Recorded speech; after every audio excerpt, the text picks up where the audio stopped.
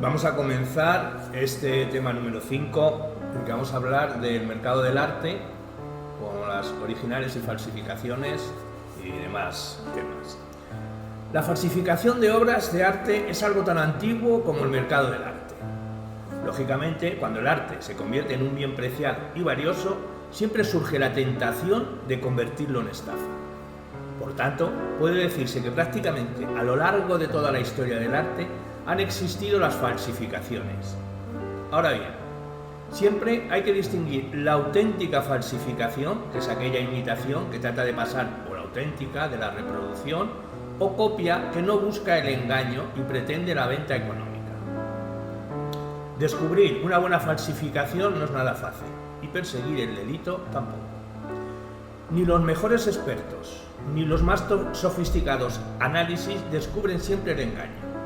La mayoría de los museos del mundo han tenido que reconocer en uno u otro momento que habían adquirido una obra falsa, y críticos e historiadores siempre pueden equivocarse, sobre todo si se trata de obras de autores recientes, porque entonces las técnicas, los pigmentos, las telas, etc., son mucho más fácilmente imitadas por los falsificadores que cuando se trata de reproducir obras de épocas más antiguas. En cuanto a la persecución del delito, el falsificador siempre puede decir que pinta imitando a tal o cual autor y que lo hace como un reto personal y no como una estafa. Pero las conclusiones son incuestionables, que mientras exista el mercado del arte, seguirá habiendo falsificaciones, y que los grandes falsificadores de la historia han sido, sin duda, artistas igualmente extraordinarios. El origen de los museos, aunque no quepa llamarles propiamente museos, las primeras colecciones de obras de arte para su exhibición pública se realizan en Grecia, y más concretamente en los perístilos de sus templos, donde se colocaban buena parte de las obras que atesoraban. Incluso se llega a disponer de una pinacoteca, probablemente la primera de la historia, en los propíleos de la Acrópolis de Atenas. Prueba de esta sensibilización que ya tenía la civilización clásica a este respecto es que en Alejandría, Ptolomeo Filadelfo crea en el 285 a.C. el primer museo propiamente dicho de la historia. Este museo hacía honor a su función específica al ser un ámbito de exposición pública de objetos artísticos, pero también de conservación y estudio de los mismos. Una función similar asumieron también la biblioteca de Pérgamo o el Palacio Real de Trelles. A partir de aquí, habría que hablar de colecciones privadas más que de museos, como ocurriera con las numerosas que atesoran los romanos o las colecciones medievales de algunos reyes y algunas iglesias y monasterios. En el Renacimiento también prevalecen las colecciones privadas, pero algunas de ellas llegan a transformarse en los primeros museos modernos.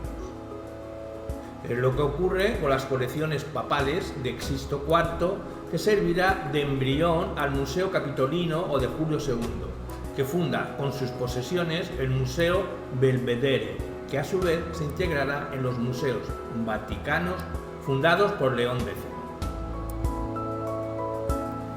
Es a partir del siglo XVIII cuando las grandes colecciones reales sirven de base a la formación de los principales museos europeos. En Inglaterra se crea el primer museo, como tal institución de la historia moderna, el Ashmolean Museum de Oxford, fundado en 1683.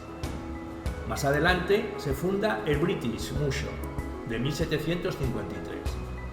En Francia se crea el Louvre, en 1793. En 1830, la Gliptoteca de Múnich y el Pergamon Museo de Berlín. Y en 1852, el Hermitage de San Petersburgo, etc. En España es Carlos III quien tiene la primera iniciativa de crear en nuestro país un museo de pinturas, aunque no será hasta 1819 cuando se inaugure finalmente el Museo del Prado, nuestro primer museo de pintura y una de las mejores pinacotecas del mundo.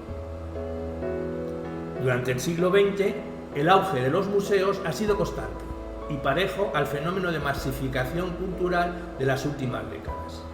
Son por ello numerosísimos los museos que enriquecen países y ciudades, siendo hoy tal su importancia que se han convertido en verdaderos señuelos de atracción turística. Así, los casos en España del Museo de Arte Romano de Mérida, el Triángulo Museístico de Madrid, formado por el Museo del Prado, el Centro del Arte Reina Sofía y el Museo Thyssen-Bornemisza. En Barcelona, el Museo de Arte de Cataluña o el Museo de Arte Contemporáneo de Barcelona. El IBAN, en Valencia, o más recientemente la construcción del Museo El Guggenheim de Bilbao.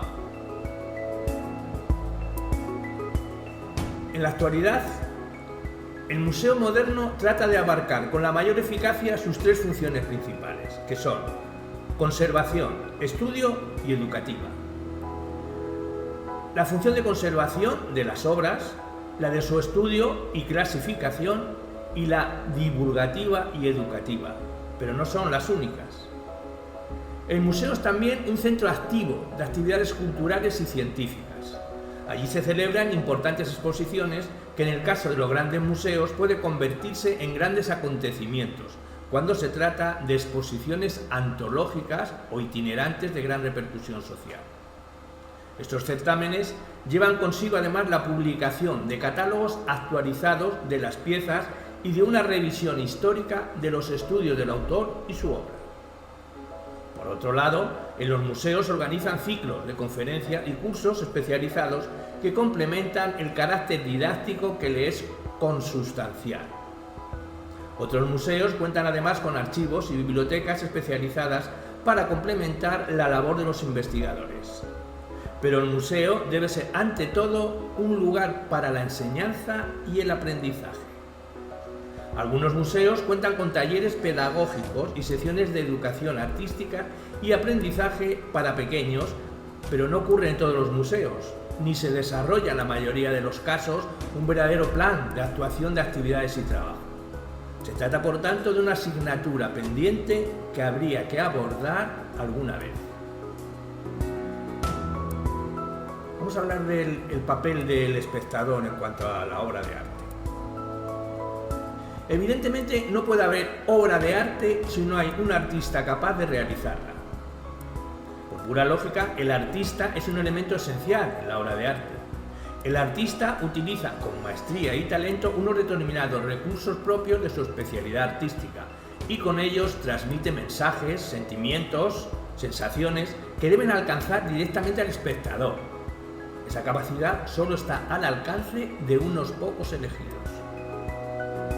El espectador contempla e interpreta la obra de arte y hace esa contemplación un esfuerzo intelectual que conlleva la respuesta gratificante del disfrute del arte. En cualquier caso, queremos insistir en que siempre debe existir una comunicación directa entre la obra, su lenguaje y sus mensajes, y el espectador, porque si no se produce esa comunicación, no hay obra de arte. Luego, por tanto, el arte es un lenguaje y como tal es un medio de comunicación y es parte esencial de su naturaleza que se produzca una conexión entre el emisor, que es la obra, y el receptor, ¿quién? El espectador. Esta se puede producir de muchas formas y es además una comunicación muy compleja porque transmite mensajes numerosos y trascendentes. Está claro que no hay obra de arte sin el concurso del espectador. En todas las obras artísticas participa el espectador dándole vida eterna a ese proceso de comunicación que llamamos arte. Pero es cierto que en algunas lo hace de forma más activa que en otras. Tal vez un caso especial que viene a demostrar la importancia del espectador en la recreación constante de la obra artística sea una pintura excepcional por muchos motivos y especialmente por el grado de interrelación que provoca entre la obra, el artista y el espectador. Ejemplo, Las Meninas de Velázquez.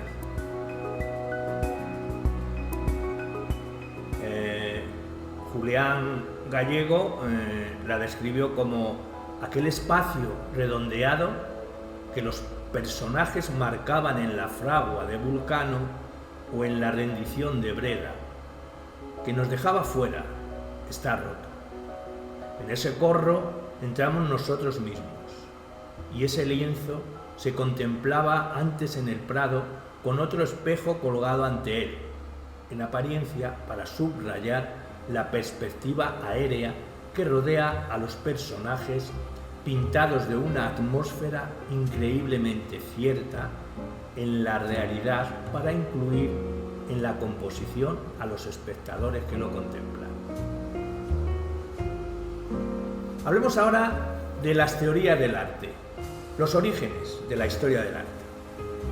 Sabemos que desde los primeros tiempos de la humanidad el hombre creó objetos con una finalidad práctica, de la que no estaba excluida una intencionalidad estética. El hombre, desde el principio de los tiempos, quiso ser capaz de producir belleza, es decir, quiso hacer arte. Pero no tardó mucho en reflexionar sobre ese concepto de belleza y en cómo las obras de arte y los artistas merecían tal nombre porque verdaderamente habían logrado su objetivo. Esa primera reflexión inicia un largo periplo que es lo que genéricamente consideramos como teoría del arte.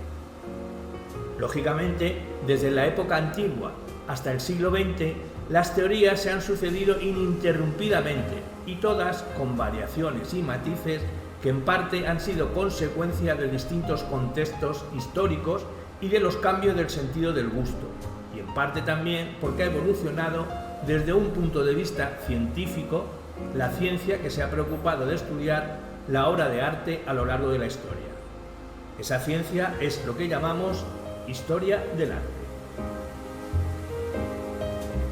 En época de la antigua Grecia, la historia del arte, si es que podemos llamarla así en aquel entonces, se preocupaba más del artista que de la obra en sí.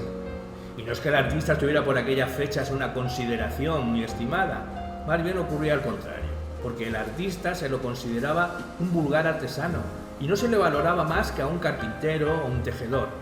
Pero en cualquier caso, los primeros historiadores del arte se dedican principalmente a proporcionarnos vidas de artistas, biografías.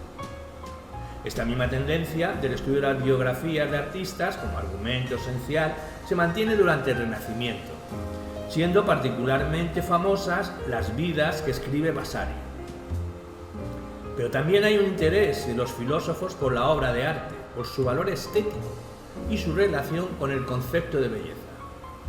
En realidad la hay ya en los escritos de los filósofos de la antigüedad, si bien no es hasta a partir del siglo XVIII cuando esta actitud se generaliza, dando lugar a una disciplina en la que el estudio del arte y la filosofía se imbrican íntimamente, que es lo que denominamos estética.